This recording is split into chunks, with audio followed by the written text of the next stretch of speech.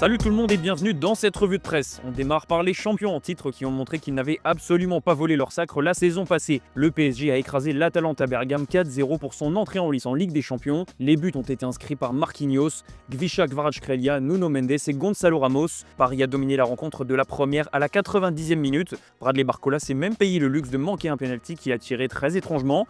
Pas de quoi chambouler le champion d'Europe qui a maîtrisé son sujet. Cette saison, le PSG veut se qualifier d'emblée et avec la manière. L'objectif est de finir dans le top 8, d'obtenir au plus vite le billet pour les huitièmes de finale, afin de ne pas vivre un finish aussi tendu que la saison dernière. Mais pour ça, le PSG va devoir trouver un remède contre les blessures. Après Ousmane Dembélé, Désiré Doué et Lucas Beraldo, Paris a perdu João Neves. Le milieu de terrain portugais est sorti sur blessure, touché à la cuisse gauche. Luis Enrique a indiqué en conférence de presse qu'il n'avait aucune information supplémentaire sur l'état de forme de son joueur. Des examens seront passés ce jeudi afin de déterminer la gravité de la blessure.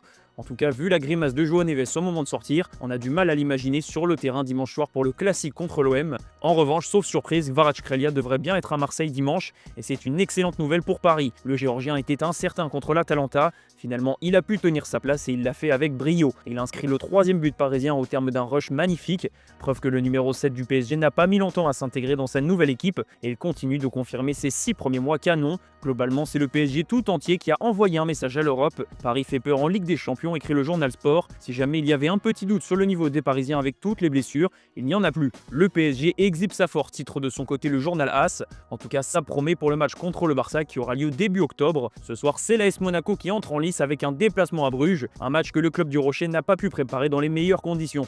Une scène assez dingue a eu lieu hier, les joueurs monégasques se sont retrouvés en caleçon dans leur avion en raison d'un problème de climatisation. Finalement, après avoir eu un gros coup de chaud, ils sont descendus de l'avion et décolleront ce matin, soit le jour du match. Une préparation un peu tronquée, surtout que Monaco doit déjà faire sans son capitaine Denis Zakaria qui est blessé. Le milieu de terrain suisse est touché aux adducteurs et va manquer plusieurs semaines de compétition. Un petit mot sur l'OM, 2 jours après la défaite à Bernabéu contre le Real Madrid. Les Marseillais sont sortis avec du positif de leur déplacement en Espagne, notamment pour 3 joueurs, Leonardo Balerdi le capitaine, Emerson Palmieri et Timothy Weah. À leur échelle, ils ont répondu aux attentes, mais aussi aux doutes concernant leur niveau. Et c'est une très bonne nouvelle pour Roberto De Zerbi, qui aura besoin de s'appuyer sur des joueurs fiables pour espérer passer le premier tour.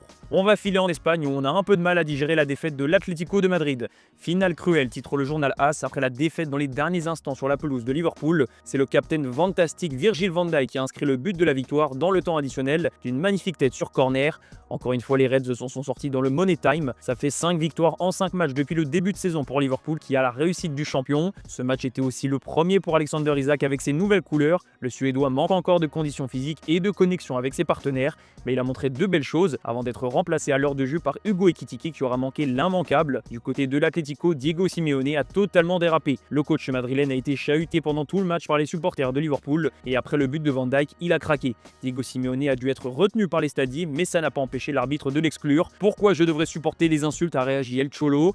Claro que estamos en un lugar donde no tenemos derecho a reaccionar y no está bien cuando reaccionamos. ¿Por qué? Porque estamos en un lugar de los que somos protagonistas, pero de la misma manera que peleamos tan insistentemente contra el racismo y contra los insultos durante todo el partido, ya que los estadios hoy en día están al lado de los entrenadores, también podríamos pelear.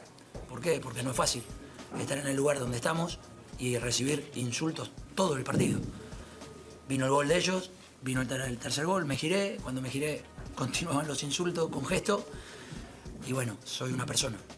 Du côté des Colchoneros, il y a tout de même du positif puisqu'ils étaient très vite menés 2-0. Encore une fois, Marcos Llorente a inscrit un doublé à Anfield, un stade qui lui réussit très bien, mais ça n'a pas suffi pour amener au moins un point. En Allemagne, le Bayern Munich a confirmé son très bon début de saison. Les Bavarois ont été impressionnants face à Chelsea, un succès 3-1 grâce à un nouveau doublé d'Harry Kane et un but contre son camp de Trevoh Chalobah. L'attaquant anglais a encore démarré cette nouvelle saison sur des chiffres affolants.